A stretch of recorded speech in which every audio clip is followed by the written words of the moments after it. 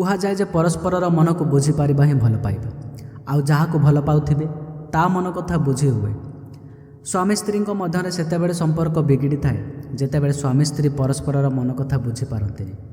ଆଜି ଆପଣଙ୍କୁ ଏମିତି ଏକ ସତ୍ୟ ଘଟଣା କହିବାକୁ ଯାଉଛି ଯାହା ଭାଇମାନଙ୍କ ପାଇଁ ଏବଂ ବାପାମାନଙ୍କ ପାଇଁ ଶୁଣିବା ଉଚିତ। ମୋର ଆଜି ବି ସେଦିନ କଥା ମନେ ଅଛି। ମୋର ବିବାହର 3 ବର୍ଷ ପରେ ମୁଁ ଭାରତକୁ ଫେରି ଆସିଥିଲି। ବିମାନ ବନ୍ଦରରେ ମୋର 2 ବର୍ଷର ଝିଅ ଆଲିଆ ସହିତ ଘରର ସମସ୍ତ ସଦସ୍ୟ ଉପସ୍ଥିତ ଥିଲେ। ମୋ ଆଖି ଦୀପାକୁ ଖୋଜୁଥିଲା, କିନ୍ତୁ ତାକୁ ନ ଦେଖି ପାଇବାରୁ ମୁଁ ଟିକେ ବିଚଳିତ ହୋଇପଡ଼ିଲି। ଘର ଲୋକଙ୍କ ସହ ଭେଟିବା ପରେ ଆଲିଆକୁ କୋଳରେ ନେଲି। ସେ ଜୋରରେ କାନ୍ଦିବାକୁ ଲାଗିଲା। ରାଜୀବ, ଆଲିଆକୁ ମୋତେ ଦେ, ଦିଦି କହିଲା। ମୁଁ ସଙ୍ଗେ ସଙ୍ଗେ ଦିଦିକୁ ପଚାରିଲି, ଦିଦି, ଦୀପା କାହିଁକି ମୋତେ ନେବାକୁ ଆସିଲେନି? ତାପରେ ଏତେ ଛୋଟ ଝିଅକୁ ମଧ୍ୟ ପଠାଇଦେଲେ। ବ୍ୟସ୍ତ ହନା, ସେ ଘରେ ତୋ ପାଇଁ ରୋଷେଇ କରୁଛି। ସେ ପ୍ରତିଦିନ କେଉଁ କାମ କରେ କି? ଆଜି ସମସ୍ତେ ତୋତେ ଭେଟିବାକୁ ଆସିଛନ୍ତି, ସେଥିପାଇଁ ସେ ରୋଷେଇ କରୁଛି। ମୁଁ ଦିଦି କଥା ଶୁଣିବା ପରେ ଚୁପ୍ ହୋଇଗଲି। ବିମାନ ବନ୍ଦରରୁ ଘରକୁ 1 ଘଣ୍ଟାର ଯାତ୍ରା ଥିଲା। ମୁଁ ପୁରା ରାସ୍ତା ଆଲିଆ ସହିତ ଖେଳୁଥିଲି। ସେ ମୋତେ ଦେଖି ହସୁଥାଏ। ସବୁକିଛି ଭଲ ଲାଗୁଥାଏ, କିନ୍ତୁ ହୃଦୟ ଟିକେ ଦୁଃଖିତ ଥିଲା। ଖାସ୍ ଦୀପା ବି ଆସିଥାନ୍ତା। 3 ବର୍ଷ ବିତିଗଲାଣି।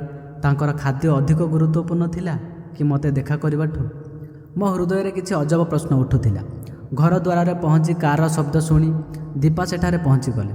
ଯେତେବେଳେ ମୁଁ ଦୂରରୁ ଦେଖିଲି, ମୋତେ ଇଚ୍ଛା ହେଉଥିଲା ତାଙ୍କୁ ଯାଇ କୁଣ୍ଢାଇ ପକାଇବାକୁ, କିନ୍ତୁ ନା, କେବଳ ଦୂରରୁ ହସିଲି ଏବଂ ସେ ଟିକିଏ ହସି ଦେଇ ପାଣି ଆଣିବାକୁ ଚାଲିଗଲେ। ପୁରା ଦିନସାରା ବନ୍ଧୁବାନ୍ଧବ ଯିବା ଆସିବା ଲାଗି ରହିଥିଲା। ପରିବାରର ସମସ୍ତେ ବହୁତ ଖୁସି ଥିଲେ। ମୋର ସାଙ୍ଗମାନେ ମଧ୍ୟ ଦେଖା କରିବାକୁ ଆସିଥିଲେ। ଦୀପା ରୋଷେଇ ଘରୁ ବାହାରି ପାରିଲେ ନାହିଁ। କାହାକୁ ଜଳଖିଆ ଦେଉଥାନ୍ତି ତ ଆଉ କାହାକୁ ଚାହା ପାଣି। ବିଶ୍ୱାସ କରି ମୋତେ ଏମିତି ଲାଗୁଥିଲା ଯେମିତି ଦୀପା କେଉଁଠି ହଜି ଯାଇଛନ୍ତି। ସନ୍ଧ୍ୟା ଆସିବା ପରେ ଅତିଥିମାନଙ୍କ ଗହଳି ଟିକେ କମିଗଲା। ସମସ୍ତେ ଖାଦ୍ୟ ଖାଇବାରେ ବ୍ୟସ୍ତ ଥିଲେ। ଭାବିଲି ମୁଁ ଦୀପାକୁ କିଛି ସାହାଯ୍ୟ କରିବି। ବାସ୍, ସକାଳୁଠୁ ସେ ବ୍ୟସ୍ତ। ମୁଁ ଜଷ୍ଟ ଟିକେ ଉଠିଥିଲି, ମା ଡାକିଦେଲେ, ରାଜୀବ, ମୋ ପାଖରେ ଆସି ବସ। ମା, ଦୀପା ସହିତ ମୋର କିଛି କଥା ଅଛି, କଥା ସାରିକି ଯାଉଛି। ତାକୁ ଛାଡ଼, ସେ କାମ ସାରିଲା ପରେ ନିଜେ ଆସିଯିବ। ସେ କେଉଁ କାମ କରୁଛି କି? ସେ ଆଜି ନିଜେ ଏହା କରୁଛି। ମୁଁ ଦ୍ୱିତୀୟ ଥର ପାଇଁ ଦୀପାଙ୍କ ବିଷୟରେ ଏହା ଶୁଣି ଆଶ୍ଚର୍ଯ୍ୟ ହୋଇଗଲି। କୌଣସି ସ୍ଥାନରେ ଦୀପାଙ୍କ ବିରୁଦ୍ଧରେ ମୋ ହୃଦୟରେ ନିଆଁ ଲାଗିଯାଇଥିଲା। ସକାଳେ ଯେତେବେଳେ ଦିଦି ଦୀପାଙ୍କୁ କାମ ନ କରିବାକୁ କହୁଥିଲା ଏବଂ ତା ସହିତ ମା ମଧ୍ୟ ଦୀପାଙ୍କୁ ଗାଳି ଦେଉଥିଲା, ସେତେବେଳେ ମୁଁ ମଧ୍ୟ ଚୁପ୍ ହୋଇ ବସିଥିଲି ଏବଂ ଭାବିବାରୁ ଲାଗିଲା, ମା ଠିକ୍। ସର୍ବଶେଷରେ ସେ ଯାହା ହେଲେ ବି ମୋ ମା। ସେ କିପରି ଭୁଲ ହୋଇପାରିବ? ରାତିରେ ଯେତେବେଳେ ସମସ୍ତେ ଶୋଇବାକୁ ଗଲେ, ମୁଁ ଦୀପାଙ୍କ ସହ କଥା ହେବାର ସୁଯୋଗ ପାଇଲି। ଦୀପା, ତୁମେ କାହିଁକି ଏତେ ଚୁପ୍ ରହୁଛ? ତୁମେ ତ ଆଗରୁ ବହୁତ କଥାବାର୍ତ୍ତା କରୁଥିଲ। ତୁମର ମନେ ଅଛି? ଆମେ ତୁମକୁ ଦିନସାରା ଅଫିସରେ ଚୁପ୍ କରାଉଥିଲୁ। ବେଳେବେଳେ ୟା ସହ ତ ବେଳେବେଳେ ମ୍ୟାଡ଼ାମ୍ ସୁନିତାଙ୍କ ସହ ଝଗଡ଼ା କରୁଥିଲୁ। ବାସ୍ତବରେ ଦୀପା ଏବଂ ମୁଁ ଗୋଟିଏ ଅଫିସରେ କାମ କରୁଥିଲୁ। ପ୍ରଥମ ଦିନରୁ ମୁଁ ଦୀପାଙ୍କୁ ପସନ୍ଦ କରୁଥିଲି। ଯେତେବେଳେ ସେ ପ୍ରଥମ ଦିନ ଚାକିରିକୁ ଆସିଲେ, ସେ ବହୁତ ନିରୀହ, ବହୁତ ସାଧାରଣ ଥିଲେ, କିନ୍ତୁ ସେ କଥା କହିବାରେ ଏକ୍ସପର୍ଟ ଥିଲେ। ଆମେ 3 ବର୍ଷ ଏକାଠି ଚାକିରି କରିଥିଲୁ। ସେତେବେଳେ ମୋତେ ବାହାରକୁ ଯିବାକୁ ସୁଯୋଗ ମିଳିଲା। ମୁଁ ମୋର ଚାକିରି ଛାଡ଼ିଲି, କିନ୍ତୁ ତୁମକୁ କେବେ ଭୁଲି ନଥିଲି। ମୁଁ ତୁମକୁ ଗ୍ରହଣ କରିବାକୁ ଚାହୁଁଥିଲି। ତାପରେ ମୋ ମାଆଙ୍କୁ ରାଜି କରାଇଲି। ତାହା ବହୁତ କଷ୍ଟସାଧ୍ୟ କାର୍ଯ୍ୟ ଥିଲା ଏବଂ ଶେଷରେ ଆମେ ଏକାଠି ହେଲୁ। ମୁଁ ବିବାହ ପାଇଁ ମାତ୍ର 1 ମାସ ଛୁଟି ପାଇଥିଲି। ବାହାଘର ପରେ ଏଠି ସେଠି ବୁଲିବାରେ ପୁରା ମାସ ଅତିବାହିତ ହୋଇଗଲା। ବାସ୍, ମୁଁ ଏବେ ଏତିକି କହିବା ଆରମ୍ଭ କରୁ କରୁ ଆଲିଆ କାନ୍ଦିବାକୁ ଲାଗିଲା। ତାକୁ ଚୁପ୍ କରାଇବା ଏବଂ ଶୁଆଇବାରେ ଲାଗି ପଡ଼ିଲେ ଦୀପା। ମୋର ଆଖି କେତେବେଳେ ଲାଗିଗଲା ଜାଣିପାରିଲି ନାହିଁ। ସକାଳେ ଆଲିଆ କାନ୍ଦ ଶବ୍ଦରେ ମୋ ଆଖି ଖୋଲିଗଲା। ଦୀପା ଯାଇ ଆଲିଆକୁ, ଦେଖ, ସେ କ'ଣ ପାଇଁ କାନ୍ଦୁଛି। ଆଲିଆର କାନ୍ଦ ମୋତେ ଆଉ ଶୁଆଇ ଦେଲାନି। ତୁମେ କେଉଁଠାରେ ଅଛ ବୋଲି କହି ଶେଷରେ ମୁଁ ଆଲିଆକୁ ନେଇ କୋଠରୀରୁ ବାହାରି ଆସି ଦେଖିଲି ସକାଳୁ ପୁଣି ଦୀପା କିଚେନରେ। ଚଣା କମ୍ ପଡ଼ିଗଲା, ଦୀପା, ଆଉ ଚଣା ନେଇକି ଆ। ମାଆଙ୍କ ଡାକ କାନରେ ପଡ଼ିଲା। ମୁଁ କିଛି ସମୟ ପାଇଁ ଅଟକି ଗଲି। ସମସ୍ତେ ସକାଳ ଜଳଖିଆ ପାଇଁ ଟେବୁଲରେ ବସିଥିଲେ, କେବଳ ଦୀପାଙ୍କ ବ୍ୟତୀତ। ମୋତେ ମା ଦେଖିଦେବାରୁ ଡାକିଲେ, ପୁଅ ଆସ, ଜଳଖିଆ ପ୍ରସ୍ତୁତ। ଦେଖ, ତୋର ସମସ୍ତ ଭାଇ ଏବଂ ଭଉଣୀ ଉପସ୍ଥିତ ଅଛନ୍ତି। ମୁଁ କହିଲି, ମା, ଦୀପା କେଉଁଠି? ଆଲିଆ ଭୋକିଲା ଅଛି। ତାପରେ ଦିଦି କହିଲା, ଆଲିଆକୁ ମୋତେ ଦେ, ତୁ ଫ୍ରେଶ ହେଇଯା, ମୁଁ ଏହାକୁ ଦେଖୁଛି। ଆଜି ପୁଣି ଦୀପା ରୋଷେଇ ଘରେ ଏକୁଟିଆ। ପୁରା ପରିବାର, ଯେଉଁଥିରେ ଅତି କମ୍ରେ 20 ଜଣ ଲୋକ ଖାଇବାରେ ବ୍ୟସ୍ତ ଥିଲେ। ମା କହୁଥିଲେ ଯେ ଦୀପା ଆଦୌ କିଛି କାମ କରେ ନାହିଁ, କେବଳ ଗତକାଲି କରିଥିଲେ। ତେବେ ଏହା କ'ଣ? ଦୀପା, ତମର ଆଉ ମୋର ଖାଇବା ନେଇକି ଆସ। ବୋଧହୁଏ ମୋ କଥା କାହାରିକୁ ଭଲ ଲାଗିଲା ନାହିଁ, କିନ୍ତୁ ଏପରି କିଛି କଥା ଥିଲା ଯାହା ମୋତେ ଆଦୌ ଭଲ ଲାଗୁନଥିଲା। ସକାଳରୁ ଦ୍ୱିପହରରୁ ସନ୍ଧ୍ୟା ପର୍ଯ୍ୟନ୍ତ ଦୀପାଙ୍କର କେବଳ ଗୋଟିଏ କାମ ଥିଲା, ସମସ୍ତଙ୍କ ଇଚ୍ଛା ପୂରଣ କରିବା। ମୁଁ ବୁଝିପାରିଥିଲି ଯେ ଦୀପା କାହିଁକି ଚୁପ୍ ହୋଇଯାଇଥିଲା। ମୋ ଘରକୁ ଆସିବା ପରେ ଦୀପାଙ୍କ ମୁହଁରେ କିଛି ପରିବର୍ତ୍ତନ ଆସିବାକୁ ଲାଗିଲା। ବୋଧହୁଏ ମୁଁ ଆସିଲା ପରେ ସମସ୍ତେ ତାଙ୍କ ଉପରେ ହାବି ହୋଇଯିବେ। ସମୟ ଅତିବାହିତ ହେଲା। କିଛି ଦିନ ପରେ ମାଆଙ୍କ ଆବାଜ ଆସିଲା, ଦୀପା ନାସ୍ତା ବନାଅ, ନେହା ଆସିଛି। ନେହା ମୋ ଭଉଣୀର ନାମ, ଯିଏ ଆମ ଘର ପାଖରେ ବାପାଙ୍କ ବନ୍ଧୁର ପୁଅ ସହିତ ବିବାହ କରିଥିଲା, ଯିଏକି ଆମ ଘରକୁ ପ୍ରତିଦିନ ଆସୁଥାଏ। ଦୀପାଙ୍କ ପିଠିରେ ଯନ୍ତ୍ରଣା ହେଇଥିଲା। ମୋର ମନା ସତ୍ତ୍ୱେ ସେ ରୋଷେଇ ଘରକୁ ଯାଇ ଜଳଖିଆ ପ୍ରସ୍ତୁତି ଆରମ୍ଭ କଲେ, କାରଣ ଆଲିଆ ଶୋଇଥିଲା। ତେଣୁ ମୁଁ ଦିଦିଙ୍କ ସହ କଥା ହେବାରେ ବ୍ୟସ୍ତ ହୋଇଗଲି। ମୋର ମନା ସତ୍ତ୍ୱେ ସେ ରୋଷେଇ ଘରକୁ ଯାଇ ଜଳଖିଆ ପ୍ରସ୍ତୁତି ଆରମ୍ଭ କଲେ, କାରଣ ଆଲିଆ ଶୋଇଥିଲା। ତେଣୁ ମୁଁ ଦିଦିଙ୍କ ସହ କଥା ହେବାରେ ବ୍ୟସ୍ତ ହୋଇଗଲି। ଦିଦି ଆମ ସମସ୍ତ ଭାଇ ଭଉଣୀଙ୍କୁ ବହୁତ ଭଲ ପାଉଥିଲେ ଏବଂ ଆମେ ମଧ୍ୟ ତାକୁ ପସନ୍ଦ କରୁଥିଲୁ। ଦୀପା କହିଲା, ମୋତେ ଖାଦ୍ୟ ପରଷିବାରେ ସାହାଯ୍ୟ କର ଦୟାକରି। ମୁଁ ଉଠି ଦୀପାଙ୍କୁ ସାହାଯ୍ୟ କରିବା ଆରମ୍ଭ କଲି, କିନ୍ତୁ ଏହା କାହାରିକୁ ପସନ୍ଦ ଆସିଲା ନାହିଁ। ଯେତେବେଳେ ସେମାନେ ଜଳଖିଆ ସମାପ୍ତ କଲେ, ଦୀପା ମଧ୍ୟ ଆଲିଆକୁ ନେଇ ରୁମ୍କୁ ଗଲେ। ତାପରେ ଦିଦି ଏବଂ ମୁଁ ପରସ୍ପର କଥା ହେବାରେ ବ୍ୟସ୍ତ ହୋଇଗଲୁ। ଦିଦି କହିଲା, ରାଜୀବ ତୁ ଜାଣିଛୁ ମୁଁ ତୁମ ସମସ୍ତଙ୍କୁ ଭଲ ପାଏ। ଏହା କେବେ ଚାହିଁନି ତୁମେମାନେ ଖୁସିରେ ନ ରୁହ ବୋଲି, କିନ୍ତୁ ଯଦି ତୁ ମୋ କଥାକୁ ଅନୁସରଣ କରିବୁ ତେବେ ଖୁସିରେ ରହିବୁ। ତାପରେ ତୋ ଇଚ୍ଛା, ତୁ ମାନ କି ନ ମାନ। ମୁଁ କହିଲି, ହଁ ଦିଦି, ତୁମେ କୁହ। ତୁମେ ଜାଣ ଯେ ଆମେ ସମସ୍ତେ ଭାଇ ଭଉଣୀ। ତୁମର ଏବଂ ମାଆଙ୍କ କଥାକୁ ଆମେ ନିଶ୍ଚୟ ଭାବରେ ଗୁରୁତ୍ୱ ଦେଉ। ରାଜୀବ, ତୁ ତୋ ପତ୍ନୀକୁ ସାହାଯ୍ୟ କରିବା ନିହାତି, କିନ୍ତୁ ଏତିକି ପରିମାଣର କରିବୁ ଯେମିତି କେହି ଦେଖିବେ ନାହିଁ, କେହି ଭଲ ଅନୁଭବ କରନ୍ତି ନାହିଁ। ତୁ ବାସନକୁସନ ଉଠାଉଛୁ ଏବଂ ମହିଳାମାନଙ୍କ କାମ କରୁଛୁ। ଆଜି ଯେଉଁ ଅଭ୍ୟାସ ତୁ ତାକୁ ଦେଇଛୁ, ଆସନ୍ତାକାଲି ସେହି ଅଭ୍ୟାସ ରହିବ। ତେଣୁ ତାର ଯେଉଁ କାର୍ଯ୍ୟ ତାକୁ କରିବାକୁ ଦେ। ସେ ଧୀରେ ଧୀରେ ସବୁ କାମ କରିବ।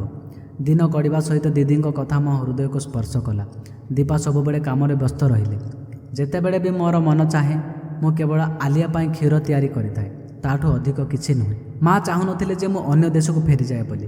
ତାପରେ ମୁଁ ମଧ୍ୟ ଏଠି ରହିଗଲି, କାରଣ ମୁଁ ଏକ ମେକଅପ୍ କମ୍ପାନୀରେ କାମ କରୁଥିଲି, ଯାହାକି ମୁଁ ଘରେ ରହି କାମ ଆରମ୍ଭ କରିପାରିଲି।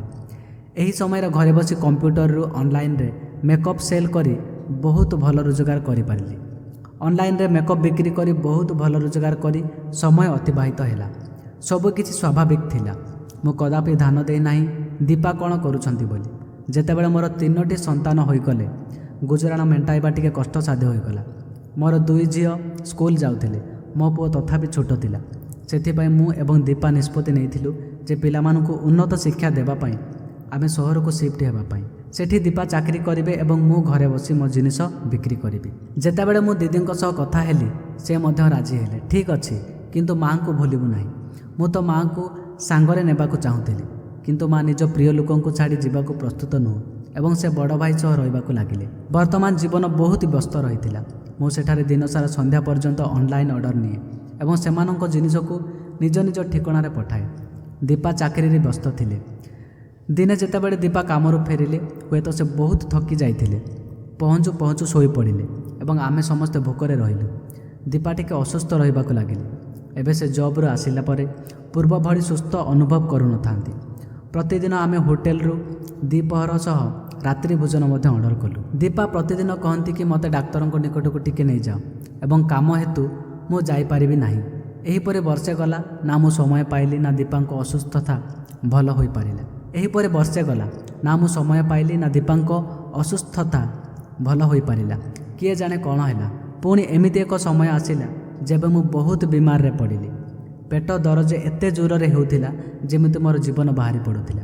ସେତେବେଳେ ଦୀପାକୁ ଛାଡ଼ିଦେଲେ ଆଉ ମୋ ପାଖରେ କେହି ନାହିଁ। ମୋର ଘର ଲୋକ ମଧ୍ୟ ଥିଲେ, କିନ୍ତୁ ସେମାନେ ମୋର ଯତ୍ନ କାହିଁକି ନେଇପାରିଲେ ନାହିଁ ସେହି ସମୟରେ।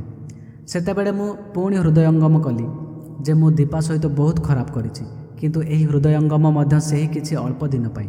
ପୁଣି ଯେଉଁକି ସେହି। ପୁଣି କିଛି ଦିନ ବିତିଗଲା ପରେ ଇଚ୍ଛା ହୁଏ ଦୀପା ଅଫିସରୁ ଆସି ଭୋଜନ ପ୍ରସ୍ତୁତ କରିବା ସହିତ ଘରକୁ ସମ୍ଭାଳନ୍ତୁ। ଯେତେବେଳେ ମୋର ସାହାଯ୍ୟ ଦରକାର କରନ୍ତି, ସେତେବେଳେ ମୋର ଥକାପଣ ଦେଖାଇ ଏଡ଼ାଇ ଦିଅନ୍ତି।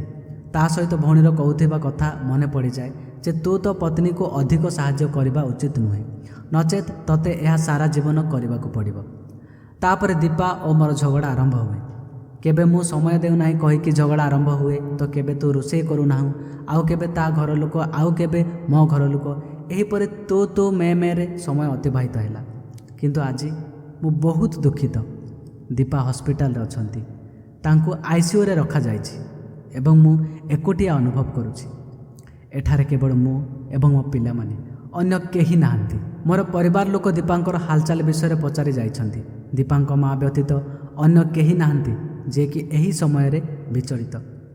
ଆଜି ମୋର ସେହି ପୂର୍ବଦିନ ଗୁଡ଼ିକ ମନେ ପଡ଼ୁଛି, କାହିଁକି ଆମେ ଲଢ଼ୁଥିଲୁ। ମୋର ଭଉଣୀ କାହିଁକି କହିନାହାନ୍ତି ଯେ ରାଜୀବ ତୋ ପତ୍ନୀଙ୍କୁ ସାହାଯ୍ୟ କରିବା ଉଚିତ? କାହିଁକି ମୁଁ ଦୀପାଙ୍କୁ ସବୁବେଳେ ଭୁଲ ବୋଲି କହୁଥିଲି ଏବଂ ମୁଁ ଭାବୁଥିଲି ଯେ ସେ କାମରୁ ଦୂରେଇ ଯାଉଛନ୍ତି? କାହିଁକି ମୁଁ ପରିବାର ସଦସ୍ୟଙ୍କ କଥାକୁ ସବୁବେଳେ ଠିକ୍ ବୋଲି ମାନୁଥିଲି? ମୁଁ ଏବଂ ମୋ ପରିବାର ଦୀପାଙ୍କୁ ବଦଳାଇ ଦେଇଥିଲୁ। ଦୀପା ଯେଉଁ ଖୁସିରେ ଜୀବନ ବିତାଉଥିଲା, ମୁଁ ଏବଂ ମୋ ପରିବାର ଲୋକ ତାଙ୍କ ସୁଖ ଶାନ୍ତି ଛଡ଼ାଇ ନେଇଥିଲୁ। ଦୀପା, ମୁଁ ବହୁତ ବଡ଼ ଭୁଲ କରିଛି। ତୁମେ ଫେରିଆସ। ମୁଁ ତୁମ ବିନା ବଞ୍ଚିପାରିବି ନାହିଁ। ତୁମେ ମୋର ଜୀବନ ସାଥୀ। ମୁଁ ତୁମ ସହିତ ରହିବାକୁ ଚାହେଁ। ଆଜି ମୁଁ ବୁଝିପାରିଲି ଯେ ସେ ତ ରୋଷେଇ କରିପାରୁନାହିଁ, ତଥାପି କାହିଁକି ଥକି ଯାଉଛି। କେବଳ ରୋଷେଇ ଯେ କାମରେ ଅନ୍ତର୍ଭୁକ୍ତ ତା ନୁହେଁ, ଆହୁରି ବହୁତ କିଛି। ଆଜିକାଲି ମୁଁ ମଧ୍ୟ ବାହାରୁ ଖାଦ୍ୟ ଅର୍ଡ଼ର କରେ, ତଥାପି ମୁଁ ବହୁତ ଥକିଯାଏ। ପୁରା ଦିନରେ ବହୁତ ଥକିଯାଏ। ଦିନରେ ମିନିଟ୍ଟିଏ ବି ବିଶ୍ରାମ ନେଇପାରେ ନାହିଁ। ଦୀପା, ତୁମେ ଠିକ୍ କହୁଥିଲ ଯେ ରାଜୀବ, କେବଳ ପୁରୁଷମାନେ ଦୁନିଆର ଆଖିରେ କ୍ଳାନ୍ତ ହୁଅନ୍ତି ଏବଂ ମହିଳାମାନେ କାହିଁକି କ୍ଳାନ୍ତ ହୋଇପାରିବେ ନାହିଁ, କି କ୍ଳାନ୍ତର ବୟାନ ମଧ୍ୟ କରିପାରିବେ ନାହିଁ। ମୁଁ ନିଶ୍ଚିତ ଭାବରେ ମୋ ଭାଇମାନଙ୍କୁ କହିବାକୁ ଚାହେଁ ଯେ ମୁଁ କରିଥିବା ଭୁଲ ଆପଣମାନେ କେବେ ହେଲେ ଆପଣଙ୍କ ପତ୍ନୀମାନଙ୍କ ସହିତ କରନ୍ତୁ ନାହିଁ। ସ୍ତ୍ରୀମାନଙ୍କ ପାଇଁ ସମୟ ବାହାର କରନ୍ତୁ ଏବଂ ଯଦି ଆପଣଙ୍କ ପତ୍ନୀଙ୍କୁ ସର୍ବଦା ଯୁବତୀ ଏବଂ ସୁସ୍ଥ ଦେଖିବାକୁ ଚାହୁଁଛନ୍ତି, ତେବେ ତାଙ୍କୁ ପ୍ରଶଂସା କରନ୍ତୁ ଏବଂ ସାହାଯ୍ୟ କରନ୍ତୁ। ଯେଉଁ ପୁରୁଷମାନେ ଅଧିକ ରାଗି, ସେମାନଙ୍କର ପତ୍ନୀମାନେ ଶୀଘ୍ର ଅସୁସ୍ଥ ଏବଂ ବୃଦ୍ଧ ହୋଇଯାଆନ୍ତି। ଏବଂ ଗୋଟିଏ ଗୁରୁତ୍ୱପୂର୍ଣ୍ଣ କଥା, ଆମ ପରିବାର ସଦସ୍ୟମାନେ ଆମକୁ ଯେତିକି ଭଲ ପାଆନ୍ତି, ସେତିକି ସେମାନେ ଆମ ପତ୍ନୀଙ୍କୁ ଭଲ ପାଆନ୍ତି ନାହିଁ। ଆମେ ହିଁ ତାଙ୍କୁ ଭଲ ପାଇବା ଦେବା ଦରକାର। ପତ୍ନୀ ତୁମର ସ୍ଥାନୀୟ ଲୋକଙ୍କର ନୁହନ୍ତି, ତେଣୁ ତାଙ୍କୁ ଅଧିକ ମଜବୁତ କରିବା ପାଇଁ ତୁମର ପ୍ରେମ ଏବଂ ସାହାଯ୍ୟ ଆବଶ୍ୟକ। ତୁମ ପତ୍ନୀମାନଙ୍କୁ ତାଙ୍କ କାର୍ଯ୍ୟରେ ସାହାଯ୍ୟ କରନ୍ତୁ। ଯଦି ସମ୍ଭବ, ତାଙ୍କ କାର୍ଯ୍ୟରେ ହାତ ଦେଇ ଦେଖ। ଘର ତୁମର ସ୍ୱର୍ଗ ହୋଇ ରହିବ।